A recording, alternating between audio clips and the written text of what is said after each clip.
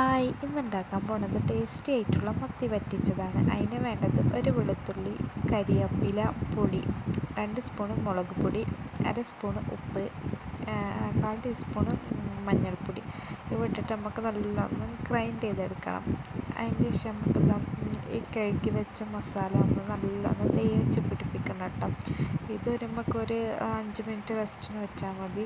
പിന്നെ നമുക്ക് അടുത്തത് പാൻ വെച്ചിട്ട് ഇതിലേക്ക് വെളിച്ചെണ്ണ ഇട്ട് കൊടുക്കുക. വെളിച്ചെണ്ണ ഇട്ടെടുത്താൽ ടേസ്റ്റാണ്. പിന്നെ അത് കരിവേപ്പില ഇട്ടെടുത്തിട്ട് ഈ ഓരോന്ന് വിധമൊന്ന് വെച്ച് കൊടുക്കുക. അത് അടുപ്പിച്ച് ഇങ്ങോട്ട് വെച്ച് കൊടുക്കുക. മേലൊക്കെ വെച്ച് കൊടുക്കണ്ട കേട്ടോ.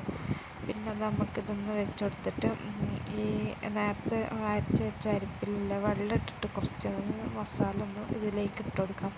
നല്ലോണം അതിൻ്റെ മേലേക്ക് കരിവേപ്പില ഇട്ടിട്ട് നല്ലോണം വറ്റിച്ചെടുക്കണം കേട്ടോ. അങ്ങനെ നമ്മളെ മത്തി വറ്റിച്ച റെഡി ആയിട്ടുണ്ട്. ടേസ്റ്റ് ചെയ്യാം കേട്ടോ.